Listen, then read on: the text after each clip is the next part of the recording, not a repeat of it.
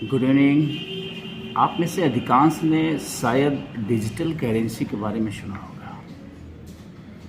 Digital currency का मतलब एक ऐसी करेंसी जिसे ना आप देख सकते हैं न छू सकते हैं, फिर भी वो करेंसी होती है। वैसे हमारे देश में और पूरी दुनिया में डिजिटल फॉर्म के कई सारे नमूने हैं, like Paytm, e wallet, debit card, credit card. ये एक तरह के डिजिटल फॉर्म ही करेंसी में हैं, लेकिन ये कह सकते हैं कि आधे अधूरे फॉर्म हैं। इन डिजिटल फॉर्म की करेंसीज को आप फिजिकल करेंसी में कन्वर्ट कर सकते हैं, लेकिन जो डिजिटल करेंसी भारत सरकार ने आज launch Introduction of a central bank digital currency will give a big boost to digital economy. Digital currency will also lead to a more efficient and cheaper currency management system.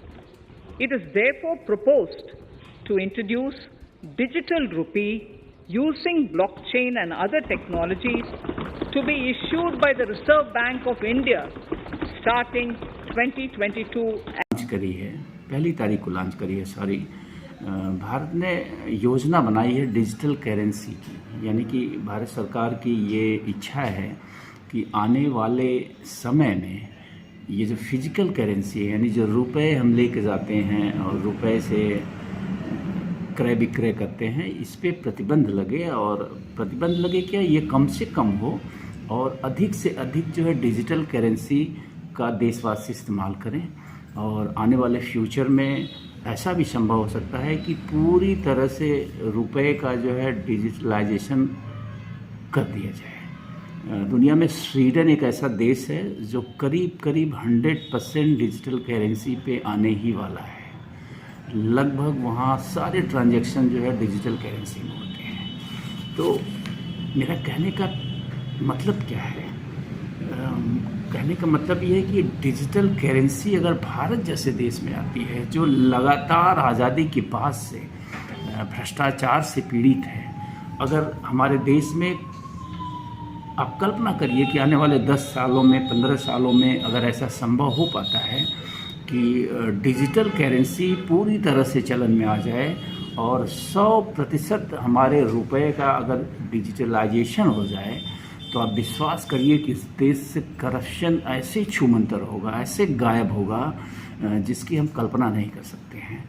तो आज मेरा video बनाने का जो मकसद है, मैं प्रायः आप देखेंगे कि मैं सरकार की आलोचना भी करता रहता हूं, लेकिन आज मैं सरकार की तारीफ़ के लिए वीडियो बना रहा हूं। भारत सरकार ने, मैं मोदी सरकार कहने से बचता हूं क्योंकि सरकार किसी व्यक्ति की नहीं होती है, लेकिन लोग मोदी सरकार समझें इसे या भारत सरकार समझें, ये एक बेहतरीन योजना लेकर भारत सरकार आई है भारत के रुपए को डिजिटलाइज करने का।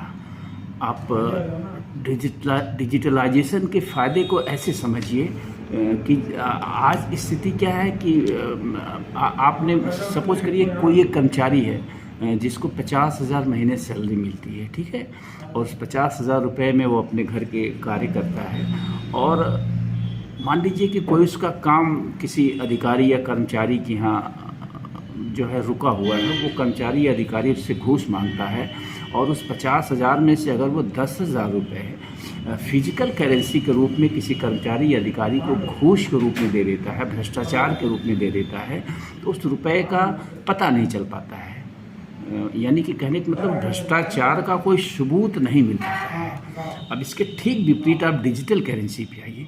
डिजिटल करेंसी एक ऐसी करेंसी होगी कि सपोज आप उस कर्मचारी को 50,000 रुपये डिजिटल करेंसी के रूप में अगर मिलते हैं, अगर पूरे देश में ये डिजिटलाइजेशन लागू है, तो सर्वप्रथम तो डिजिटल फॉर्मेट में ही वो घूस दे सकेगा। अगर दे सकेगा तो कोई अधिकारी या कर्मचारी अगर घूस मांगता भी है तो उसे डिजिटल फॉर्मेट में ही लेना पड़ेगा। अब डिजिटल फॉर्मेट में लेने का मतलब है कि आपने एविडेंस दे दिया कि आपने फलां व्यक्ति से 10,000 रुपये लिया है, और कल को अगर वो व्यक्ति आरोप लगाता है कि आपने ये 10,000 रुपये उससे घूस के रूप में लिए हैं, आप तुरंत पकड़े जाएंगे। तो पहला फ़ायदा तो ये होगा कि किसी कर्मचारी अधिकारी में हिम्मत ही नहीं बचेगी कि वो घूस मांगे। और अगर गलती से कोई ऐसा लेता है तो वो पकड़ा जाएगा, क्योंकि डिजिटल करेंसी का जो स्वरूप होगा वो ऐसा होगा कि ये जहाँ से जहाँ जाएगी इसके रिकॉर्ड्स जो है रहेंगे। यानी कि जैसे फिजिकल करेंसी होती है कि हमारे पास 1 लाख रुपए हैं, किसी ने हमसे पैसे मांगा घूस के रूप में या अवैध तरीके से, हमने उसको बैंक से फिजिकल करेंसी के रूप में दे दिया, वो पैसा विलुप्त हो गया। फिर वो कहाँ गया, उसने उसको स्टॉक कर लिया। जैसा कि भ्रष्टाचार के तमाम मामले आप देख रहे हैं कि अधिकारियों के यहाँ, कर्मचारियों के यहाँ, नेताओं के घरों में 100-100, 200-200 करोड़ रुपए पकड़े जा रहे हैं। वो 100-100, 200-200 करोड़ रुपए तमाम व्यक्तियों से अवैध ढंग से वसूले गए पैसे हैं फिजिकल नोटों के रूप में। अब डिजिटल होने से यही फ़ायदा होगा कि कोई कर ही नहीं सकता है, कह सकते हैं। अगर कोई करता है तो वो मूर्ख है, वो एविडेंस अपने साथ साथ छोड़ के जाएगा और वो निश्चित रूप से पकड़ा जाएगा। तो डिजिटल करेंसी जहाँ से जहाँ जाएगी, यानी कि अगर हमने 10,000 रुपये किसी को दिया तो वो 10,000 रुपये मेरे पास कहाँ से आए उसका भी रिकॉर्ड रहेगा, मैंने किसको दिया उसका भी रिकॉर्ड रहेगा, उसने जिसको दिया उसका भी रिकॉर्ड रहेगा। यानी कि ये जहाँ जहाँ चलन में जैसे जैसे रहेगी उसका सारा का सारा डेटा जो है रिकवरेबल रहेगा। जब सरकार या जांच एजेंसियां चाहेंगे उस डेटा को रिकवर कर लेंगी कि ये पैसा कहाँ से कहाँ गया है और इस समय जो है किस अकाउंट में ये पैसा रुका हुआ है। तो ये एक बेहतरीन भारत के भविष्य की बात हो सकती है अगर सरकार सफलतापूर्वक जो है इस नीति को अपना पाए। तो अभी पायलट प्रोजेक्ट के रूप में ये डिजिटल करेंसी भारत में लॉन्च की गई है और इसके 2 भाग बनाए गए हैं, एक थोक डिजिटल करेंसी और दूसरी रिटेल डिजिटल करेंसी। थोक डिजिटल करेंसी बड़े बड़े व्यवसायियों के लिए या फिर बड़े लोगों के लिए है जो बड़े अमाउंट के ट्रांजैक्शंस है, और रिटेल भी अभी इस 1 तारीख को जो है रिटेल डिजिटल करेंसी भी भारत सरकार ने, यहाँ के रिजर्व बैंक ने जो है चालू कर दिया, स्टार्ट कर दिया है, उसका शुभारंभ हो गया है। रिटेल मतलब आप किराने की दुकान पे इस्तेमाल करिए, आप सब्जी खरीदिए या इस तरह के जो छोटे मोटे काम के लिए हैं। तो अभी पायलट प्रोजेक्ट के रूप में सिर्फ 4 बड़े शहरों को चिन्हित किया गया है, जिसमें आपका मुंबई है, आपका दिल्ली है, आपका बेंगलुरु है और आपका एक और स्टेट है, ये आपका पूरब का है भुवनेश्वर। तो दिल्ली, मुंबई, बेंगलुरु एंड भुवनेश्वर 4 शहरों को पायलट प्रोजेक्ट के रूप में जो लिया गया है। और मैं कामना करूंगा और मैं सरकार से अपेक्षा करूंगा कि पूरी कुशलता के साथ जो है इस करेंसी के डिजिटलाइजेशन को जो है वो लागू करे और कोशिश करे कि आने वाले वर्षों में पूरे देश में ये लॉन्च हो और फिर धीरे धीरे अधिक से अधिक चीज़ों का जो है डिजिटलाइजेशन किया जाए। शुरुआत में मैं समझता हूँ कि कम से कम ये किया जा सकता है कि इतने रुपए के ऊपर का अगर कोई ट्रांजैक्शन है, जैसे फिक्स कर दिया जाए कि if there is any transaction about 10,000 it should be in digital form.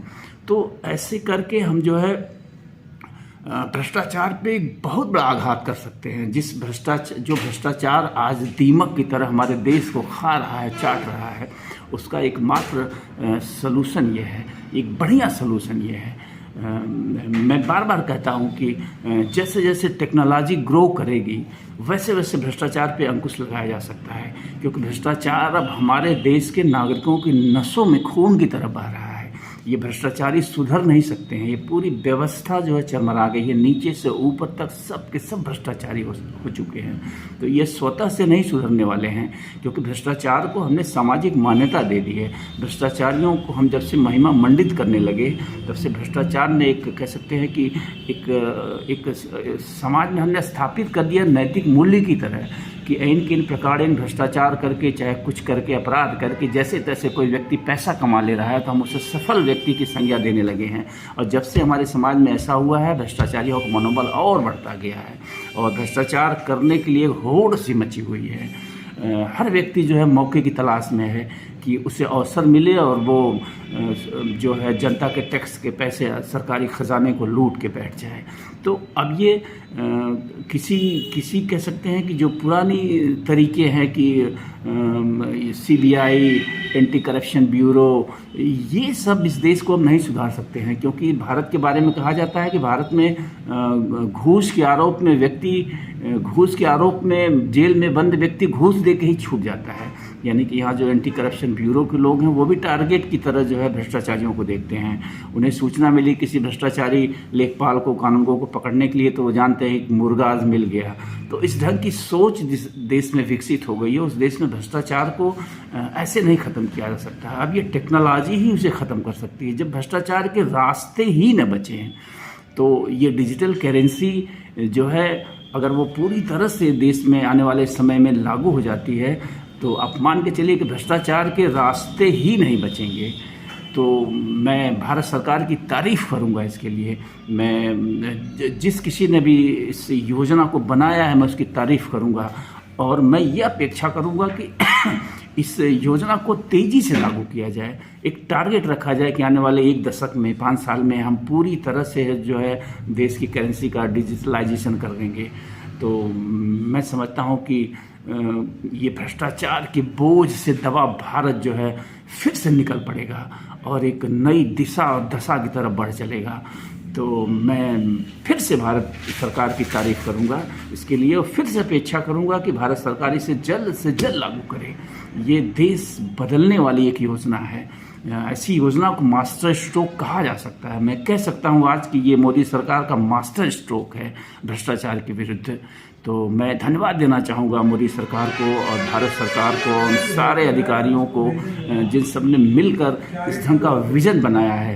तो ये देश बदलने वाला मास्टर स्ट्रोक है, निश्चित रूप से मास्टर स्ट्रोक है।